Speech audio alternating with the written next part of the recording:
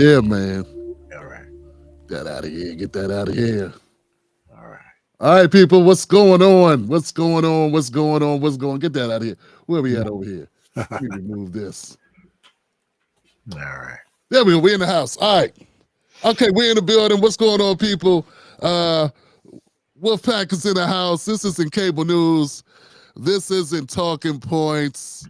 This is Beyond the Talking Points. My name is Tim Black. This is my brother, Dr. Musa Abdullah. Peace and love, We everybody. we gonna get together, man. Tell y'all what's actually going on, man. Doc, how you doing, brother?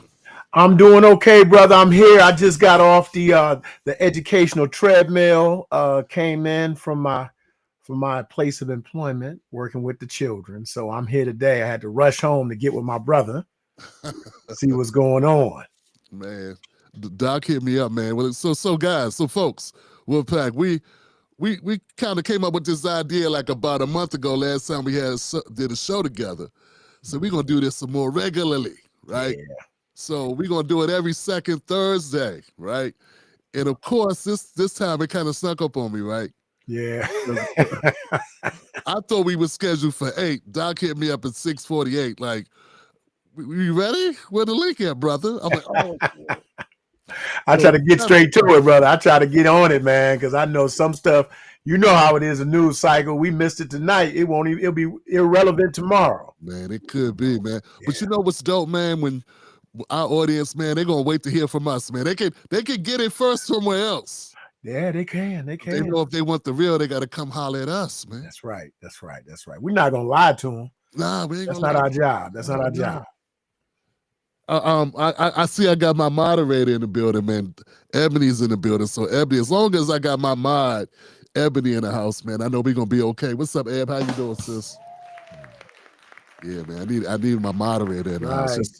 We live. Are we live on your channel, Doc? Yes, sir. Yes, sir. We didn't lie. We didn't lie. You know, we're good to go. Good, brother. Yeah. So Doc, hey man, you said it. Beyond the Talking Points, Dr. Abdullah, Tim Black together, man. Doc, you said just some things you noticed today because you've been out the house today. I ain't been out the house. Oh yeah, I've been out the house. I've been, dealing with parents and students, and I was having this conversation. I was talking to you about this briefly. I was talking to you about how, I'm not sure if a lot of people know. Some people know, primarily in the healthcare field, that the Department of Education has declassified a lot of professions as professional degrees. And the list of, and a lot of times people don't know this. They figure you go to college, you go, hey, I want to do whatever. I want to be a doctor. I want to be a lawyer. You go to school, pay for your tuition, books, room, and board. You graduate, you're done. Well, if it were that simple, everybody would do it. And it's not. It's a lot of money involved. And we were talking about it. And these are the degrees that have remained considered professional degrees: medicine, dentistry, veterinary medicine, law, pharmacy, optometry, podiatry. Now look at this one: theology and ministry. What? That's still considered a professional degree. And clinical psychology. Now, I'm not really shocked about the theology and ministry because, you've gained tax exempt status when you open a church. So that means you got a business. Now, here's where it gets very tricky. These are the degrees that are no longer considered professional degrees according to loans, according to Graduate Parent Plus and Department of Education. Nurses, physician assistant, physical therapist. What? Occupational therapist. What? Public health. Social work. Education. What? Psychology. This where I didn't even know. This one blew my mind. Architecture. Speech language pathology. Accounting. And various other business fields. Man. They are no longer. Now, let's be clear. It matters financially. So let me explain what that means. That means that typically, if you want to go to graduate school, they gave you a cap of $50,000 per year and $200,000 for a first-time borrower, period. Okay. So you were good to go. Now, under the new limits, even if you want to go to graduate school, you're only given $20,000 per year, and up to What? 100, yeah, and only up to $100,000. Now, this was the conversation. Tell me what you think, brother. Mm. The conversation was, it's going to set black people back. Mm. They're not going to be able to go to college. I said, okay, let me do some explaining. First things first. We've got to get our brothers and sisters in the black community to get out of the mindset of if one door closes, we're locked out of everything. That's number one. Okay. To say, oh, they're not going to give us the money to get these degrees. Now we're not going to get degrees anymore. Well, first of all, let's be clear. You can still get a bachelor's degree under the loan limits for that. They're only saying this for graduate school. Right. And this is, to be honest with you, in the majority of these fields, and it's interesting because my degrees are in two of these fields. That's cold. I got a master's in social work, and I have a master's and a doctorate in education. Okay. So I'm just ain't professional according to the Department of Education no more. I'm just some dude, which is it's whatever. This is the thing. This will teach us the truth about education. This is a scam. And I'm going to tell you why it's a scam. Who's telling the people in my profession that they have to go get a doctorate when you really don't have to? Who's telling us that? Hold up, is that a requirement? No, sir. Most of these fields, you can work with just your bachelor's degree. What? You could just go get a license or a certification. But let me tell you how it's changing. Universities are requiring you to have a master's or a doctorate to teach it, which doesn't make sense. Also, who's telling you that you have to get the doctorate? The universities. Oh. So who's benefiting from it? Yeah. The universities, because if I tell you have to get a doctorate to teach at my university, you got to go somewhere to get the damn degree. Right. So I don't want people to fall into the rigmarole of believing, oh, that means it's not professional. First of all, they're not telling you that these professions aren't professional. They're only using for the Department of Ed so you don't get the loans. They're telling you you're going to have to get private loans, or you're going to have to use savings, or you're going to have to use tuition reimbursement. But what I'm telling people is that you're going to have to be a little bit more intentional about your education, and just getting a degree because you can get it is not going to be on the table anymore. Wow. I'm telling people, as a person who has what they consider the highest level of education, which is a doctorate, I don't like saying that, but that's what they say. Right. If you don't need a doctorate, if you don't need a master's, I go one step further. If you don't need a college degree, do not enroll, because you are assigning yourself to, at least for a 4-year degree, at least $100,000 worth of debt. There it is. And in most states, you can get a house for that. What? And they're giving you $100,000 loan, no collateral, but they won't give you a $50,000 loan with collateral. Let's talk about that. Let's figure that one out. So I just wanted to put that on the table.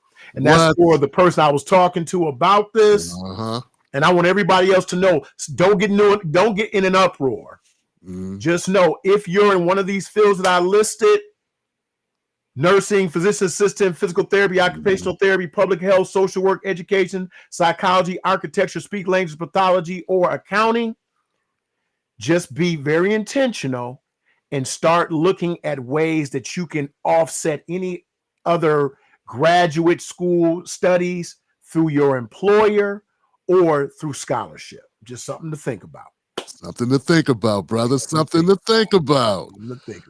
So it's basically what you're saying is they're helping Black Americans inadvertently avoid accumulating lots of debt. Is that what they're doing? Thank you, that's sir. kind of like what I'm hearing. It's like, hold on a second, because I know people that went to school. I don't even know how they went, fam. They went because they thought that was the thing to do. Maybe because There you your go. parents, you gonna go and be, you gonna go to Tillman. Tillman ain't the school. You Yeah, gonna go I to got you. Tillman, and you gonna do X, Y, Z, and you go, and these kids, these young people, end up with all this debt. And then they end up even doing something totally different or something unrelated. They have no passion for that. Or even worse, they end up graduating, which is that's not a given. A lot of people go to school, don't mean they graduate. You absolutely. Let me tell you something. I could tell you horror stories about people who got in their last year and didn't graduate. Wow. College is a social experiment. I try to tell people. I've done it on 4 different campuses. I did the whole college thing, hang out on the yard. I was in the fraternity. I did all that foolishness. But I'm going to tell you something. I don't remember a thing I learned in undergrad. Wow. Now, do I remember my experiences? I remember certain professors. I remember what they imparted and what they poured into me as people. Right. But studies, absolutely not. Because whatever you graduate in, you got to get retrained anyway once you get into the field. And that's a fact. I got my master's, my first master's of social work in 1999. I just knew I was going to hit the ground running and making millions of dollars. Let me tell you something. My first, with a master's degree, I was in Michigan. My first job offers was for $27,000 a year. That much, huh? 27,500 to be exact. Wow. That was my first offer. And I bumped up to 32,500. I was rich. Rich, baby. Rolling in the dough. And that was with a degree that cost me, well, I got a scholarship for my tuition, but that degree could have very well cost me about $80,000. Exactly. And that was in the late 90s. See, now I could go all over. I don't want to go too far away from what you breaking down, because I think it's going to apply to some of my people that are watching, right? So before I start adding in my personal story, bruh, how does this impact, say you somebody, you a sister or brother that wants to go into nursing. Okay. Right? Does this hurt you in the job field if you don't, are these changes going to impact their pockets, their futures, their careers? Because I know a lot of people, it's very popular, that's a very popular discipline or profession for Black Americans, man. Yes, it is. What say you, bro? I'm going to tell you right now, first and foremost, nursing, it's a highly regarded field. It's a very important field. And it's a field that you don't have to take a lot of different avenues to get to, but the avenues that are available to you are beautiful. I worked at a community college in New Jersey for 20 years as a teacher for the college bound program, which is now TRIO, and did some adjunct work. One of their largest programs was the nursing program. It was a 2-year degree. A lot of them graduated. They became LPNs, and they worked while they studied for their registered nursing licensure, their board. Once you get your license from the board, wherever state you're in, off to the races, baby. And we're talking with a 2-year degree. 2-year degree. You do not have to go to school for 4 years. Now, if you want to be in upper management, a lot of them are required you get a master's of nursing. If you want to have your own practice, you can get your nurse practitioner's license where you can write prescriptions and everything. But to be a nurse, a registered nurse, where you can make enough money to pay out of pocket for your master's of nursing, you're talking about a 2-year degree at a community college and taking your license, study for your licensing exam. So to answer your question, sir, no, it will not affect nursing, will not affect education, will not affect social work, none of these degrees. Now, physical therapy is different. My son, he's got his master's in occupational therapy, and he wants to go back to get his doctorate of physical therapy, but he can't do it under the old rules. He has a cap. But the problem is that physical therapists, in order to be a licensed physical therapist, you got to have the doctorate. But none of these other fields, no. Nursing in particular, good to go. So if you know if you got people that want to go into nursing, educate nursing, go to a community college. Education, social work, all these other fields, go to a 4-year university. But I'm going to tell you something. Always look into the school systems and the policies of your state. For example, New Jersey has a policy that's in place. It's beautiful. If you attend a 2-year college, a junior college, a community college in New Jersey, Yeah. and you get your associate's degree, you automatically go to any 4-year state school as a junior. Okay. Got it. So that means you have effectively cut your tuition costs down by at least 50%. Because community college tuition fees are significantly lower than 4-year college. And a lot of times you can get a scholarship to a 2-year school. Right? So you're talking about 2 years you don't have to pay for. And if you do very well, make the dean's list, you qualify for a scholarship to the 4-year university. So that's in New Jersey. So you always got to be looking around, figuring out how you can get more bang for your buck academically. But I'm just want to let you know, community colleges are the wave. Do not underestimate them. Mm-hmm. If I knew what I know now, I would have had a lot less debt because I would have went to community college and knocked a lot of that debt off of my account. You know, this information, brother, it sounds like, you know, I'm trying to figure out how does this benefit the country? Why do they do it? You know, of course, liberals going to spin it like this is an attack on Black America. Because everything's an attack on Black America, because that's how they go after Trump. They say it's an attack on Black America. Right. But if I remember correctly, not that many Black people are going to get these types of advanced degrees. I mean, the numbers of Black Americans are actually. So how does this? What do you feel? What do you think is the motive? Like, what's going on? Why the changes? What's happening? You know what? I'm gonna be honest with you. I would love to believe there's some benevolent, emotional feelings or some motives behind it. I would love to say, well, because this is what I thought up in my mind. I said, well, maybe they're trying to decrease the level of student debt for the citizens of this nation so they'll have more discretionary income to infuse into the economy. Now, but I thought about it, I said, no, that makes too much sense. I said, it can't be that. Yeah, so it can't be that. About us, right? Right. They don't really care. They don't really care about Americans in America. So that can't be it. So I said, well, somebody's benefiting from this. Brother, I'm gonna be honest with you. I don't know who's benefiting. Yeah. I'm trying to figure out who. The loan companies aren't benefiting, right? Because they have a cap. The universities aren't benefiting because they can't get more money. The only people who actually can benefit are American citizens because they're not allowed to accumulate so much debt, and particularly Black Americans, because what they say by 2056, collectively we'll be what, net zero? Rolled out as a community. So, you know, we're on a roller coaster ride downward to that. So brother, I can't call it. Maybe you got something for me. Well, you know, when I was considering it, man, I was saying that not just so much like what's in their hearts, like what's, you know, are they trying to help us? Nah, I don't care about their intentions in that regard. But I mean, I was looking for the money. Like, I'm always wondering, like, these industries, like, you know, they're out here to make money. That's what it is. It's a money making enterprise. Absolutely. So I'm looking at it like, wow, who's going to benefit from this? Who's going to be hurt by it?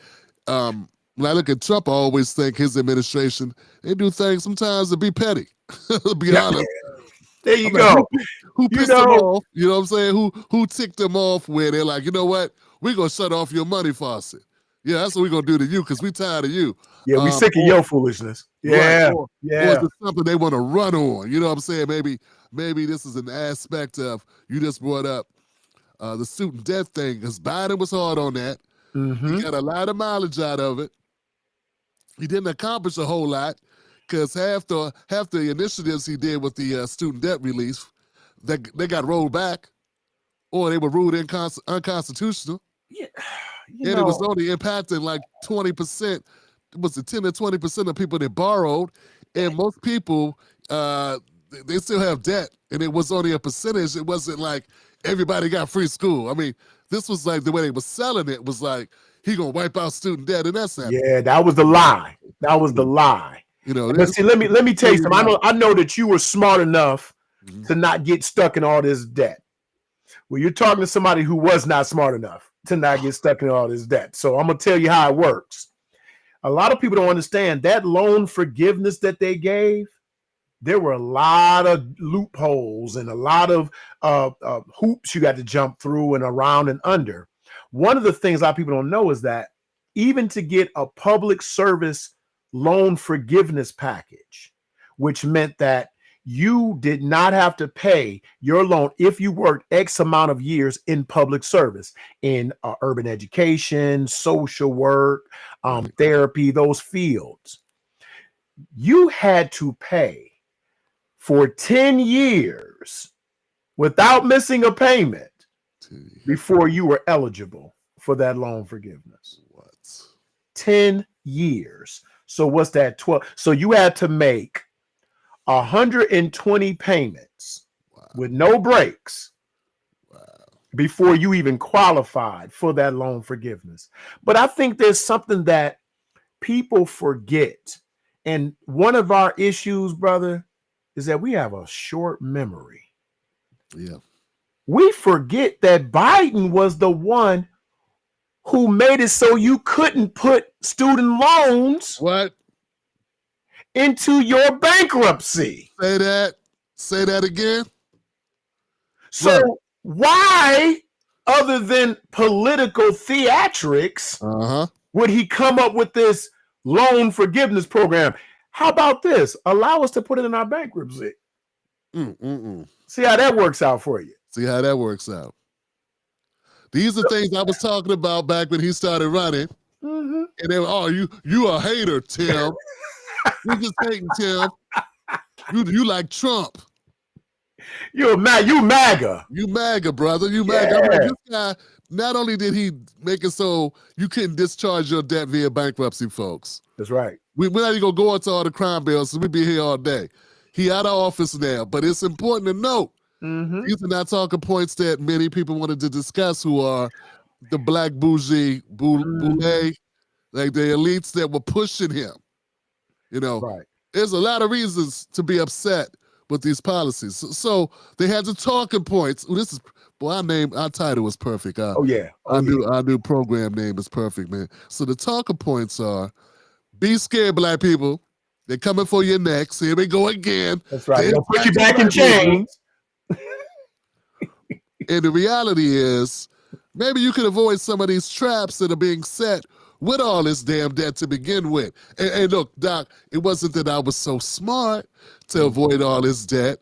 It's just that I went another route. Like I'm a journeyman, so to speak. I ended up in IT. Now, IT, as you described nursing, when I look at technology, I think they're more similar because it's a wide open field. You don't need degrees as much as you need accreditation. You need, you go to Microsoft training, you pass certain tests, you might have to study for those tests. Right. Of course you got to study for those tests, but once you get the curriculum and you pass the test, well then you can go and you can get a job. It doesn't matter what school you went to as long as you pass those certified tests in that discipline. So that's how I made it out the hood, so to speak. Well, you listen, you went the right route, man, because I know so many people, back to your point earlier, who went to college, got a degree in nothing. I mean, they literally have general studies degrees. You can't get nothing with that. Any job you can get a general studies degree, you can get with a high school diploma. So you got these people walking away with, back then, you want to say maybe $100,000 worth of debt and can't get a job. General studies. I remember that. Yeah, general studies. Anything, let me tell you, I had to learn this. Anything with studies at the end of it doesn't pay well. Liberal studies, male studies, Black Americana studies, gender studies, anything with studies after it means you got to get a doctorate in order to teach it. Wow. That's the only thing those fields are good for. They're good for being taught. They have no applicable, they can't be applied to anything in the real world. And I know I might ruffle a couple people's feathers that may have those degrees, Right. but this is from a person who's been in education either as a participant who's receiving it or who's been giving it his entire life. Well, they can be mad if they want to, but we trying to help some of the people that may have kids and they're trying to figure out what their kids gonna do. So let us help those people that want that, you know what I'm saying, who might need that information, man. You know what I'm saying? That's right. We got people that want to feel proud about their degree. They ain't really doing shit for them. Let them be mad, but we gonna help those people who got kids. Like my son is 16. Mm-hmm. And I had a conversation with him just last night. Like, it was a great opportunity because we're young men, and it's great, man. It's like you get moments where you can drop some science, drop some truth bombs on them. You know what I'm saying? Yeah. It's like you just got to kind of be there at those times when it presents itself, right? So we just talking. I'm like, because he made the honor roll. He's in the 11th grade. Good stuff. Good stuff. Yeah, man. Shout out to Chase. Yeah. James Nathaniel. He made the honor roll, and I was congratulating him on that, of course. And I said, what are you interested in, young man? What do you want to do? He's like, Dad, I'm trying to figure it out. I said, and I just told him, I said, man, I done did everything. I want you to know, son, you don't have to have an answer to that question. Right. You don't have to. I said, you don't have to do one thing your whole life. It's like, what do you like now? Because, son, I've been a radio host. I've been a community activist, a community organizer. I've been a writer for a local newspaper in D.C. I've been in IT. I've been in several fields. I've been a contractor for the federal government, and now I'm doing a show on the internet. I said and I'm leaving out like 10 other things, son. That's right. I got you. So don't feel like you got to decide this is what I'm gonna do forever, because nobody knows that. You pick something that you enjoy. You want to explore it, and as you go, you decide if this is for you, and if not, you make adjustments. No one. I said this grown. I said there's 45-year-old people still figuring it out, son. You never have it all figured out. Absolutely. Can I build on that? I want to give the family something to think about. Let's normalize not forcing our children to be the adults that we are today when they're 16 and 17. Preach. Let's normalize that, because I'm going to tell you something that I realized over the last, I want to say 20 years, being in education and with my own children. We're so busy trying to get them out into the real world because in our minds, adulthood equates to responsibility. But how many irresponsible adults do you know? So obviously, being an adult does not mean you're responsible. Nope. Let's normalize helping our children when they're at the critical part of their lives to figure some things out, as opposed to saying, you 18, you got to get the hell out of here. Oh, bro. I just, because I'm going to tell you something. I like to share some things so people know I'm human. Yeah. I did that with one of my sons, and to this day, he's 32 years old. I'm sorry, he's 33 now. My apologies. And I still regret that I did that to him.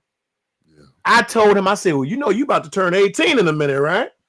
You look different to me when you turn 18, and he's looking at me like, well, damn, and I'm like, I'm just letting you know, and I look back and I said, when I was 17, what did I know? Right. Absolutely nothing. So we need to normalize letting our children do what you did. Try this, try that. Now, I'm not saying letting them sit on the couch and play on the game and surf TikTok all day. That's not what I'm saying. I'm not saying that. Right. What I'm saying is that help them develop a plan. Uh-huh. Require a plan of action. And guess what? It might be a plan you look like, I don't know. But you don't know. That's the key. But putting them out when they're 18 and telling them they got to get a job and you better kick in on the rent. And I mean, what dog? It's amazing that you're bringing this up, because just today I was talking to my oldest son, And this is the exact topic we were talking about. And I was saying how I was looking at his younger brother, talking about his younger brother, having that conversation about in the car discussing his future. Yeah. And I said, I can't imagine being in the 11th grade and leaving home. But when I was in 11th grade, I left home, brother. Yeah. I was living outside the house in the 11th grade with my now wife. Oh, you guys And I started can't quick. imagine Okay. like I was like, how did my parents let my dumb ass go out here into the world? Because I look at my son and I love him. He's so smart. He's brighter than I was. Right. In so many different ways. You know what I'm saying? But street sense and staying alive and having spidey senses and having a general like, knowing how to move out here, knowing how to avoid certain people, having them soft skills you're gonna need. You don't really have those at 16. I'm looking at my son. He don't have that. No, they really That don't. was our culture, Doc. It was like you get 18. You got a job? You kicking in? What's up? What we doing? Yeah. I know you ain't just laying around. Oh, okay. Listen. Where do you think that came from, brother? You know what? I think, and I'm gonna be honest with you. Let me tell you something. I'm hard on the baby boomers. I'm hard on them because I was raised by the boomers. Yeah. I'm a Gen Xer. Yeah. We are one of the tough, if not the toughest generation, Gen X. And I'm going to tell you why. Because the baby boomers were so damn selfish. There it is. They were like, oh no, you got to get the hell out of here so I can go have fun. I don't have time to watch you. I've got to work. We were the latchkey kids. Man. We were keying in. We were warming up dinner in the stove, or we were cooking full meals. We were watching our siblings. Word. We were writing, doing, and correcting our own homework. Right. We were the ones who perfected beating the report card to the mailbox. We perfected that. Why? Because the baby boomers are like, look here. I need you to go to college, get you a job, so I ain't got to support your ass no more. There it is. So that's where that came from. So the Generation X, we look at our struggle as a badge of honor. Yeah. And we look at other generations like, you're not ready for the world. Well, should you be ready for the world at 16? No. Exactly. But because our generation was forced to be ready for the world, we think it's normal.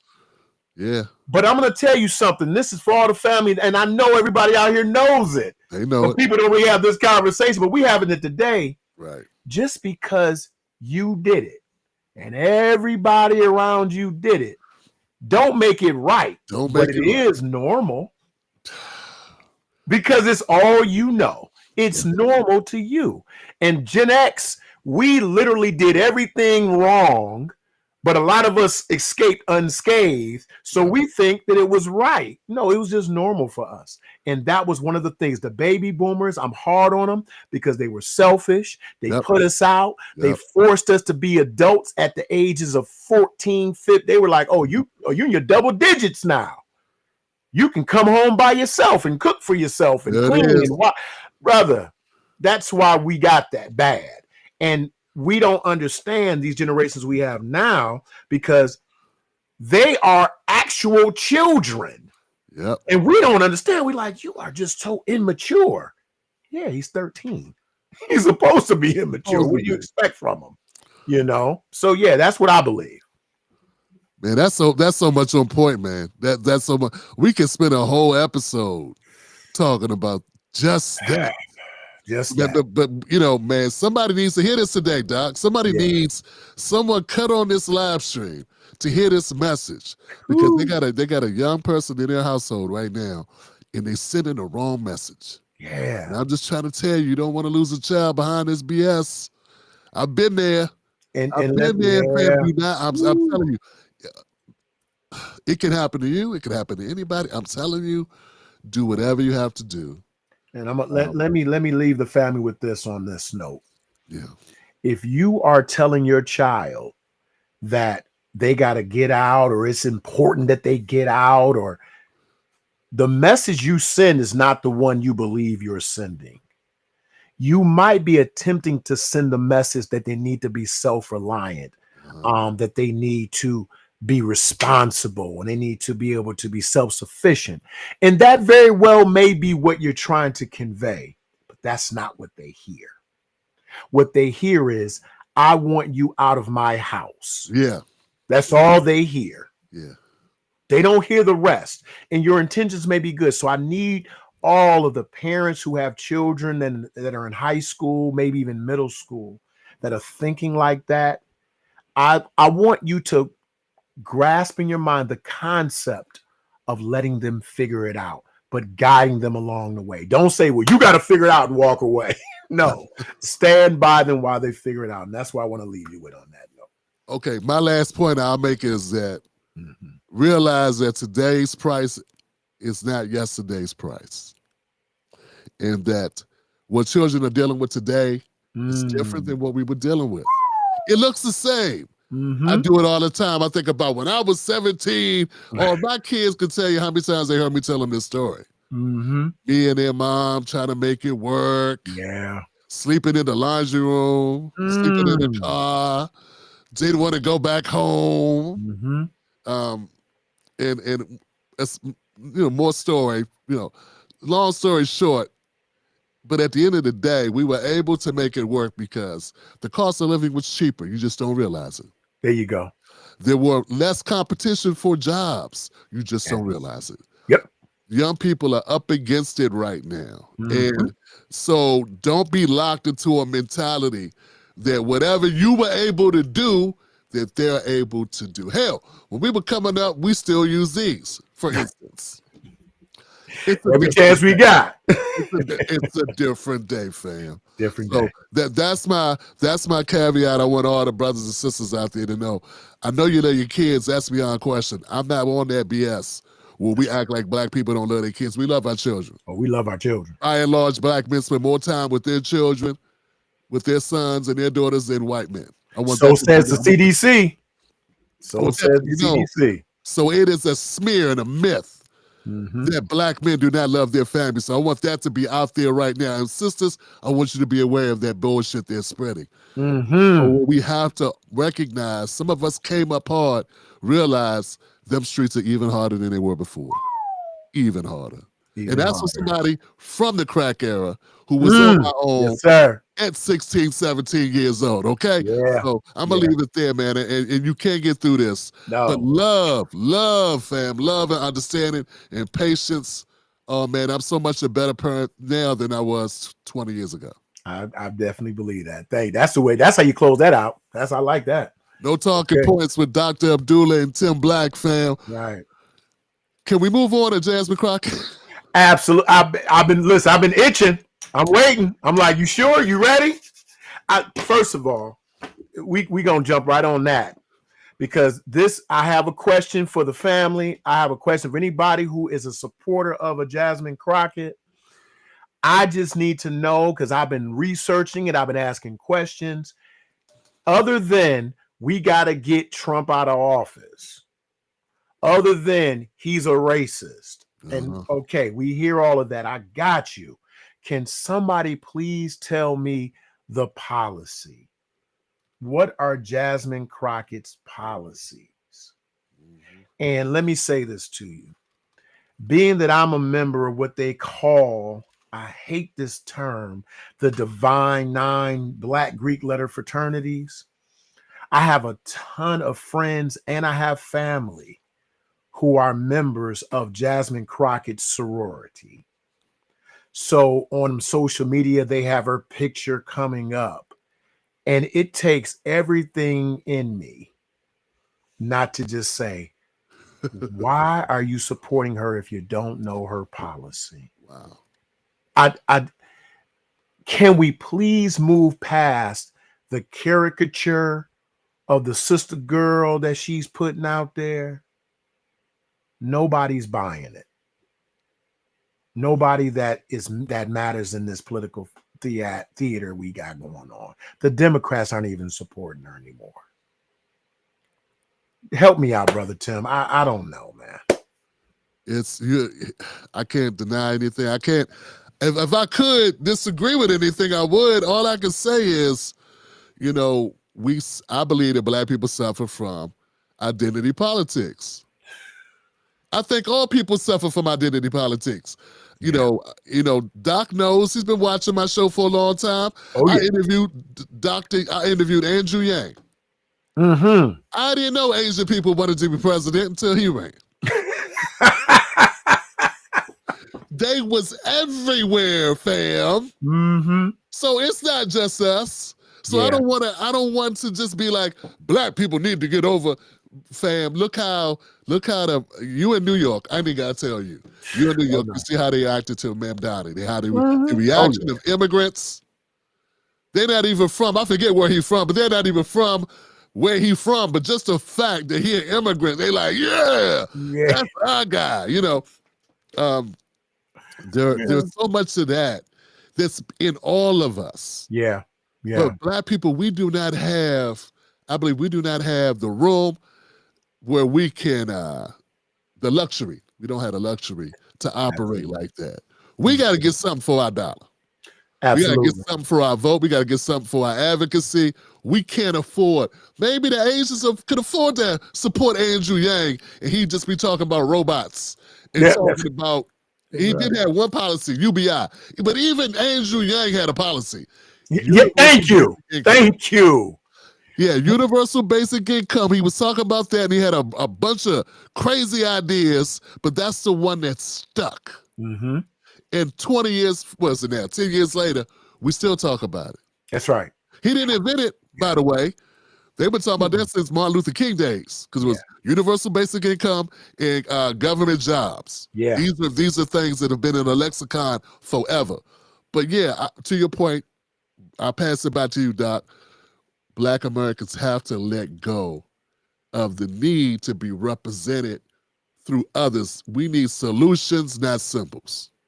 I'm going to say this, brother. I'm going to tell you this. I genuinely believe what I'm about to say. We don't have the room, nor the luxury. I think that's the apropos word you use. The room or the luxury of having identity politics lead us in the political conversation. And I'm going to tell you why. We don't have enough history of politicians getting in office and doing what we need specifically. We don't have that history. We don't have enough politicians who are open and bold enough to get on camera and say, I want to help my community. Now, every other community does that. Ilhan Omar did it for the Somalis. Yes. She was very upfront about that because her constituency said, you're one of us. You got to do for us. And she said, I absolutely will. We don't have that. And because we don't have that, the ground zero for any black politician coming to us for our vote should be, this is what I'm going to do for us specifically. If you're not starting the conversation off there, we shouldn't even be listening to you. That's just the long and short of it. And right now, because of we are in dire straits as a community. Yes. And if we're not hearing you say, I want a anti-black hate crime bill on the docket, that's something I'm pushing. If you're not talking about reparations in the form of cash payments and other programs for the descendants of American chattel slavery, if you're not talking about a living wage, if you're not talking about doing what Brother Dick Gregory said about 30, 40 years ago, tying law enforcement's ability to carry weapons to a license like a doctor. Yeah. People don't know about that. Yeah. Because he said, what do you hate me more than you love your well-being? Your retirement. Your retirement, which one you hate more? You hate your retirement or you hate me? Because if you love your retirement, you're gonna let me live. If they're not coming to the table with that, I don't want to hear anything else. I don't want to hear about minority coalitions. I don't want to hear about lift-off programs. Yep. As a Black community, we need people to step in and say, this is what I want for the Black community. Because guess what? The Black community advancing, the entire country advances. Right. And people don't want to accept that fact. Yep. If you lift anything up from its bottom, everything moves up. Yeah. And it moves up to its highest height. And that's the problem. They're not lifting from the bottom. They're lifting above us. They lift at the top, and it goes oh so far. There it is. There it is. So when we talk about Jasmine Crockett, my question is, we could take the Black community off the table. What has she offered the American community outside of the sister girl, caricature, quick wit, what's that? The clickbait, right? Or clippable moment. Yep. I mean, the part that's been so frustrating for me is that I'm in the media space, so I know I peeped her game 2 years ago. Mm-hmm. It was just the elevator self. Yeah. It was so obvious that that's what she was trying to do. I mean, you come out with repeatable sayings, you have viral moments. That's right. And your intention is to blow up your awareness. Yeah. Here goes a couple things that I want to push back on. Not on you, but on Jasmine. Right. People say, the first thing is this, and this is her, but this is broader, right? The people that are pushing Jasmine Crockett don't need politics to work for them. Just because they're Black does not mean they need politics to work for them. Absolutely. D.L. Hughley gonna be okay no matter who in office. He all right. He's okay. Gonna be all right. He's okay. There are Black people that are gonna be fine regardless of who in there. They may complain. Joy Reid may complain. Don Lemon may complain. These are multimillionaires who have the bag already. They're gonna be all right. It don't matter who goes to the Senate. It doesn't really matter. They don't even live in Texas. Yep. So absolutely. But your broke ass. Right. I'm talking to people that don't have a trust fund, people that if they couldn't work for 2 months, might be looking at the front door from the opposite side. You understand what I'm saying? Absolutely. I'm talking about people, that could become part of the homeless if something didn't go right for a couple months. Mm-hmm. Okay? An illness. So first we got to be able to parse out people that really have a shared fate with us, to see if what they're talking about makes sense for us. And that's not their fault. They can only look through their lives in their eyes, but we have to look through our own eyes. My next thing, my number 2 is, one of the pushbacks I get all the time when I criticize Jasmine Crockett is, but we don't have Congress. So what could she have done, Tim? See, I have an ebook called, I have an ebook out there that talks about what presidents can do. It's called presidentialimpact.com. I put that out because people were saying that about Biden. They were saying Biden could get things done, so you can't be expecting things of him because he don't have the House and the Senate. So I put out an ebook to show people, hey, presidents get things done without having Congress. And I went through history and I found all these times, all these presidents, how they got things done without having Congress in their back pocket. So I say that to Jasmine Crockett to say this. You don't need to have Congress to push an agenda. You sure don't. Bernie Sanders does not have Congress, but him relentlessly pushing Medicare for all did what? It made this become part of the conversation that's been sticking around since 2016. Yep. I just told you, Andrew Yang was talking about universal basic income. He didn't have Congress. He ain't been a politician at all. Nope. But he's been talking about universal basic income. He talked about it so much it became a thing. So don't tell me Jasmine Crockett, just because she doesn't have the House and the Senate or whatever, the Democrats don't have it, that she is somehow off the hook for not having an agenda that benefits your life, my kids' life. That is just a talking point to shut us up. When they tell you you don't know civics, oh, that's the best one. That's bullshit. Yeah. That is telling you that no one, MLK wasn't a politician. Look what he got done. Look at what many great people have done without even being elected to any office. It's about her having that spotlight and not using it to help anybody except herself and to shit on Trump is a problem. Back to you, Doc. What? So those are my two. I got more, but I'm gonna stop at two. No, I listen. Monopolize it. Listen, let me say this to you. Yeah. I'm 100% on board because this is eerily reminiscent of a Barack Obama. And, people say, how do you compare the two? I said, well, remember when he got into office and didn't really do anything that mattered for not just the Black community? That just wasn't going to happen. Because when he said, I'm the president of all America, I'm just Black America, I said, okay, well, we know where he is. Okay. Yeah. When he started bailing out banks and corporations and, then I knew where he was. Everyone said, well, when he gets into his second term, that's when he's going to pull out all the stops. Yeah. Because it won't matter at that point. He'll be lame, be a lame duck president. And then what did he do? Absolutely nothing. Absolutely nothing. So once again, going back to my original point, which balances out with everything you just said, we don't have the history of politicians who look like us, who are willing to do what you said, put forth an agenda. I don't need to see it manifest today out of you, but I need to know that you're willing to put it forth to the American people. Yep. So they can galvanize behind it. But when you don't do it, you've just shown me who really controls you and the greater governmental structure. Perfect.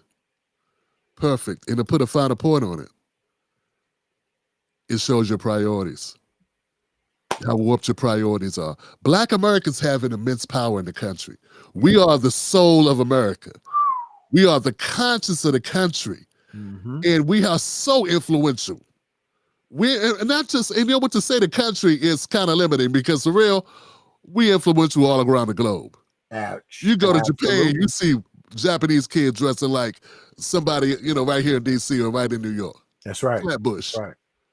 Our culture, we are influential to the point where if Crockett, not just Crockett, this goes for anybody, but we're talking about her, if she was pushing an agenda, take Ice Cube's contract for a black agenda. Yeah, the contract Black America. Contract with Black America, which is not a new concept. It was a concept there, but 20, 30 years prior, someone came up with a contract with Black America. Now that I did some research on it. But the point is, look how that stuck. You ain't nobody but a rapper. Nobody but a rapper. Nobody but a rapper who had Dr. Derek Hamilton, who I had the good fortune, I had the opportunity to interview him, a good brother. We talked, but what I'm saying is, all it took was him having the awareness, him being able to get the attention. He got the people together to put together the book, to put together the program, and Cube didn't write it. He just was the spokesperson for it. He said, I'll present it. I don't care, Stop letting people off the hook. Just because you want to feel good. And that's what it all boils down to. People want to be popular. And I had to learn this working in education. The right thing isn't always popular. Sometimes you have to take these slings and arrows. But I'm going to tell you something, brother, because I listen to you and I watch your broadcast and you say some things that stick with me and inadvertently they end up being a part of my conversation. But I'm going to tell you something that and the family knows, how Black American politicians, and I'm not talking about the ones who are from Caribbean or African backgrounds who come in and identify as us but don't work for us. I'm not talking about those guys. I'm talking about Black American politicians are doing the world a disservice when they don't fight for us here. They're doing the world a disservice. And if you don't believe it, if you don't believe that what we do here matters around the globe, can we go back to the George Floyd protests? What? If you go back to that, the world saw us turning up, What? it said, well, hell, we gonna turn up with you. Right. Imagine if Black American politicians, Black diasporan politicians said, we gonna make sure Black Americans are good. Do you know how many yokes you would shake off of the necks of Blacks around the globe? What? CARICOM would be giving those Caribbean nations those reparations. United States would be still, well, hell, let's not tax them for a minute or something. They would do something. But when you stand idly by, cowardly, afraid to stand on principle because you're looking out for your bank account. I'm talking to you, Clyburn. If you look, I'm talking to you, Crockett. I'm talking to you, Hakeem Jeffries. I'm talking to all of you guys. If you are doing that, you are doing a disservice to not only the Black Americans here, but to the Blacks around the world. A brother told me, man, young brother that ran for Congress, I think it was in Ohio, and it kind of made me get out of the business of interviewing people because I've been so let down by different politicians, to be honest with you, Doc. That's like, you know what, man, let me just focus on my people and let me just be a messenger for the type of media we need to have, right? That advocates for us unapologetically. Because the only way we're gonna get anything done is to be bold and courageous. Absolutely. You understand what I'm saying? And that we need that. You know, we need our own ADL, Anti-Defamation League. That's what we need. Thank you. Can you do that? Can you do me a favor, brother? Can you say that one more time? We need our own ADL. Thank you. I appreciate that. You know what I'm saying? That the Anti-Defamation League that the Jewish folks have. We need that. That's uncompromising, doesn't beat around the bush, advocates for Black Americans. You can advocate for whatever you want. This is who we stand on. This is what we stand on. It's too much kumbaya. Yeah. It's too much kumbaya with the CBC, too much kumbaya with the NAACP, too much relying on funding from outside groups. We need people that are willing to be broke, willing not to have to be invited to the fancy get-togethers, the parties, to show up on the Tom Joyner cruise, to get invited to the BET Awards. We need Black people that are going to do that. So the NAACP luncheon. There you go. Don't forget those. Yeah, don't forget that one. Whatever. Get tickets where we need people that are willing not to be able to post gown pictures at the black carpet. Oh my! Like Angela Ryan. Angela Ryan with letters on the side. Yeah. Listen, brother, I want to say that you are 100%. Before I April, that's it. So we need people with that type of attitude. If we go moving forward, fam, we also need to fund those people. I was about to say that. That's why I love you, brother. That's what I was just about to say. I don't want to sound like rolling, but I got to tell you, look, my brother brought up Ilhan Omar. I was listening to a Fox News report, and I'm going to talk about it on Friday, where they said Ilhan Omar 3 years ago was worth $65,000. How much you worth now? 30 M's. In 6 years. No, 3 years ago. 3 years. 3 years ago. 6. I don't know where the money came from. Oh my goodness. I'm not saying Black Americans will be able to outfit media, media to that extent, but we got some money. Black Americans got some money. It's just where do we put that money? We got money. Where do we invest that money? Absolutely. And so back to Jasmine Crockett, we need to fund politicians.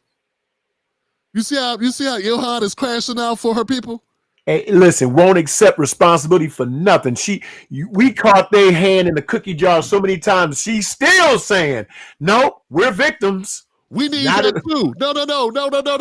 I'm going the other way, bro. We need that. Yeah, we need that money. We need people to crash out like that for us. Absolutely. If we don't fund us, they can't crash out for us. We don't. The problem is that we have too many of our politicians too busy trying to give excuses. There you go. So it's like they have to step out on faith that if they ride or die, we got them.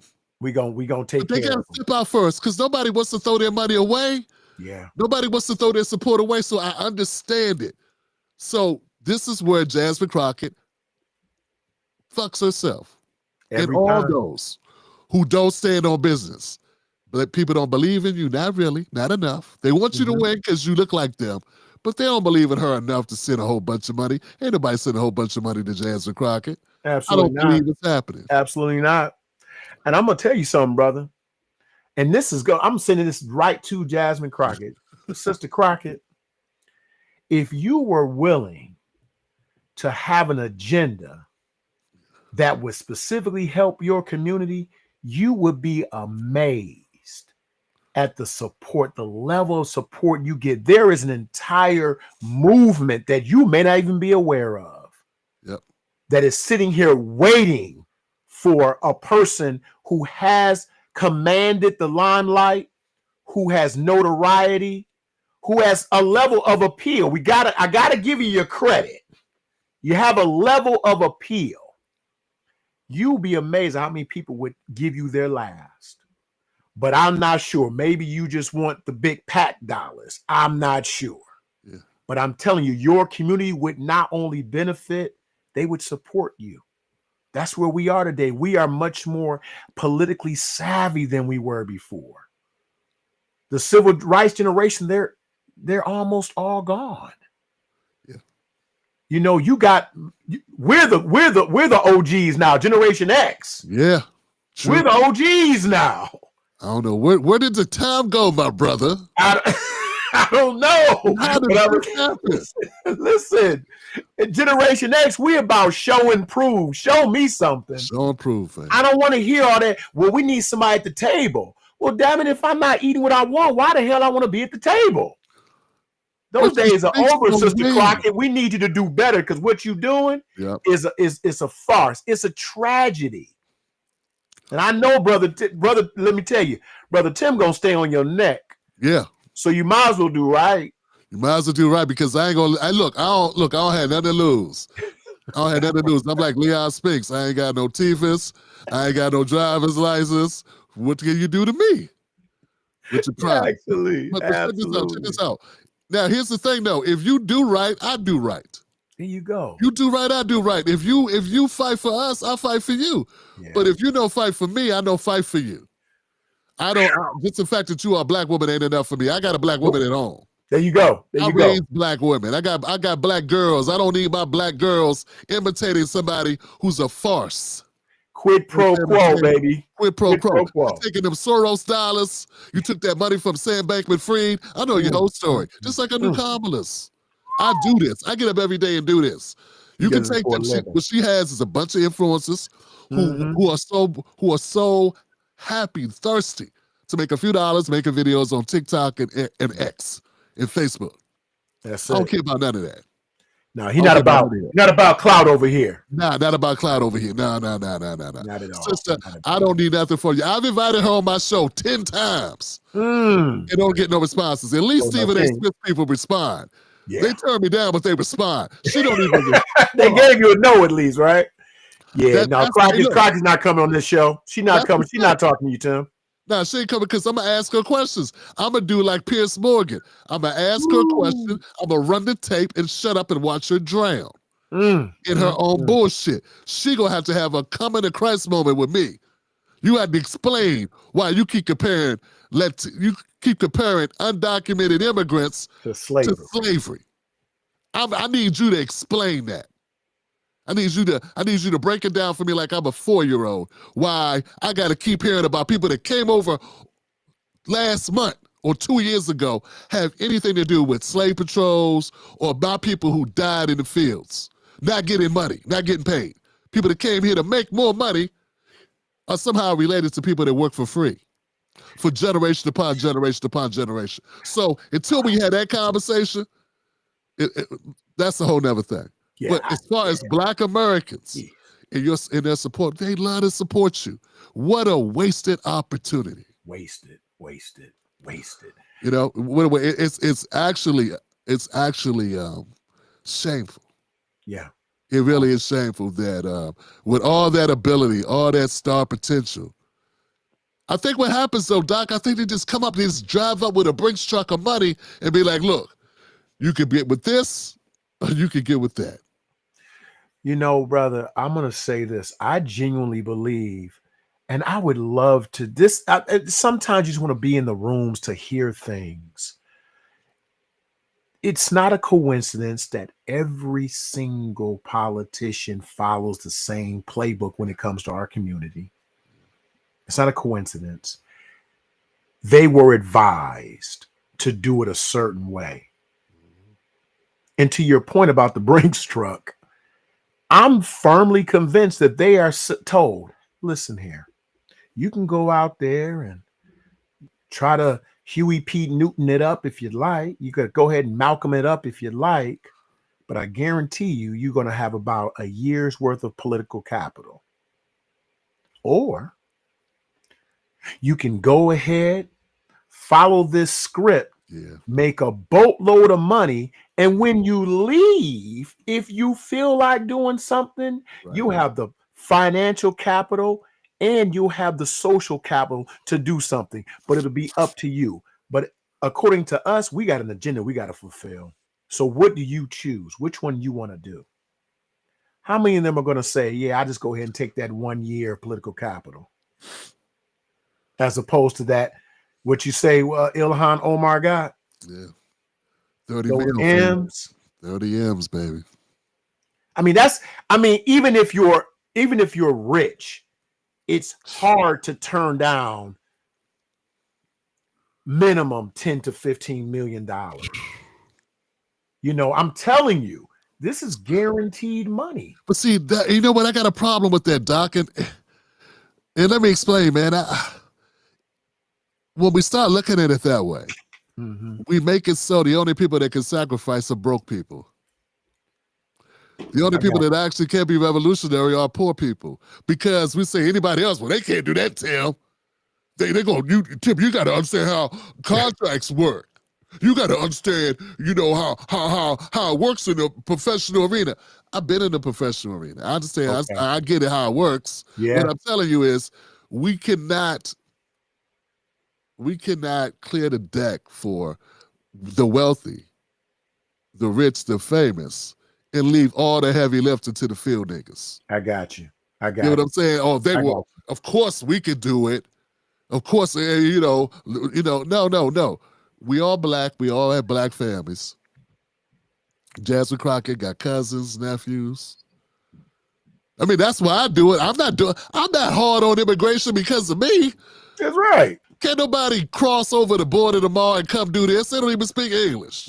It's not. I'm saying I got people that mad at me, but I'm advocating for my people. I'm not advocating for me, dumbass. This does not benefit me. I'm not an electrician or a truck driver. You see what I do. I can make videos talking about Trump all day if I just wanted a bag. This ain't about a bag. This is about what helps my people. And if I can take the hit, if I can take the criticism, if I can lose opportunities standing on business, so can the rest of them. Don't tell me why Joy Reid and Don Lemon can't stand on business. Oh, man. People go, they're going to get sued. So what? This is the most litigious country in the world. We sue all the time. For everything. This is the only country you can sue people for giving you coffee too hot. Where you advertise that you serving hot coffee. I'm not bullshit. Yeah, you're right. Because the coffee was too hot. You didn't know the coffee was hot when we gave it to you? You saw the side that says hot coffee? So the point, Doc, is that I don't want us to fall into the... everybody should have to sacrifice, not just broke people, not just the working class. You're right. Other people should have to sacrifice. It wouldn't hurt Don Lemon or Joy Reid or other big names, Tyler Perry, Oprah Winfrey. Nah, they can do it. Yeah. They should be willing. Yeah. You can't take the money with you anyway. Absolutely can't. Why come they can't be the only, why is it only us poor folks, people just, why is it just the working class Americans, Black Americans, that are required to tell the truth? We're the truth tellers from the rich. We're the upper echelon. Where's Charlemagne? He a he ain't just a hip hop dude doing song reviews. Him and Joe Budden are the 1.1%. 0.1%. And they can't risk anything. So you leave it to the Tax Stoneses and the Tim Blacks, the Charleston Whites. Oh man, when you got to rely on Charleston White, we're in dire straits. Cancel Christmas, nigga. Yeah, but I tell you what though, I genuinely believe in what I got from brother O'Shea Duke Jackson. Oh. He and I were having a conversation, and he stated to me, he said, I purposefully stay in the black sector. Yeah, it's not as glamorous. And no, it doesn't afford me the same level of financial fluidity if I went to other communities and sold myself out and started pretty much tap dancing. He said, I stay with my community because my community provides for me, so I provide for it. I think that a lot of these people that you brought up, they don't care about the money. They care about the access. Oh. They don't want to give up that access. Do you know that Roland Martin didn't care about anything that we were saying about Kamala Harris? He only cared that if she didn't win, he wasn't going to get that press pass to the White House. There you go. There you go. That's what he cared about. That's what the ladies at The View, they want to be able to have them come on over to the show. That's what Charlemagne the God wants. He knows if he ever decide to pull a Tim Black on him, there would never be another politician on the Breakfast Club. Yep. He knows it. So, brother, I think we need to start thinking outside of our typical American financial status mindset. Start thinking like people who already got millions. If you think about that, brother, if you already have millions in the bank, what the hell are you afraid of? That's what we think. It ain't about the money. It's about the access, the capital, the social capital, and the ability to reach out and make a call. Can you imagine how it would feel to be able to call somebody who can reach out to Kamala in 2 to 3 phone calls, or reach out to Joe and his family, or be able to catch a flight and eat dinner with whoever, and then the next day, nothing? No one returned your phone calls? Your persona non grata? That's what they're afraid of, brother. And we can't wait for those guys to grow a conscience or respond, because they've already sold themselves short. So it's going to rely on people, like you said, in the trenches to get this stuff done. It's shameful. You're right, brother. Well put, well said. And it's unfortunate that it's bad that, you know, this is where we are. And it is. It's just reality, man. It's these people have the ability to do it. They just won't do it, man. Just imagine what Kamala Harris could have done. And look, man, if she'd have done a different thing, I'd have been a different way. You know, I would have been a different way. If Kamala Harris would have said, you know what? They set me up. They dogged me out. They put me out here with 100 days. I'm riding on all the use. I'm putting cases. And she had her King Kong moment, Denzel Training Day moment. Yeah. And did that, I'd have stood up and clapped and rolled for her. Don't tell me she doesn't know. She doesn't know that she had that opportunity. What were they going to do, cut her mic? Absolutely not. She had $2 billion. And instead of using that money to help us, she had Megan Thee Stallion twerking. Beyonce and Kelly Rowland coming out on stage. And you say, I don't like black women because I don't respect that? Really? Brother, really? Let me say this, and I'm going to say this with all fairness and kindness. Black men love black women. Oh, man, do we? We go to Matt. We would die for them. So please stop that. Please stop that narrative that because you don't like the actions of one, you don't like all of them. If I don't like Little Caesars, does that mean I hate pizza? That abs. If I said that to you, you don't like Little Caesars, oh, you don't like pizza, you'd call me stupid. Right? So don't think because I don't respect your horrible politics, because guess what the long and the short of it is? The Democrats have the unfortunate circumstance of hating the people that they depend on. Yeah. And Kamala was stuck with that. Yeah. What can you do with that? You want me to cater to people you hate.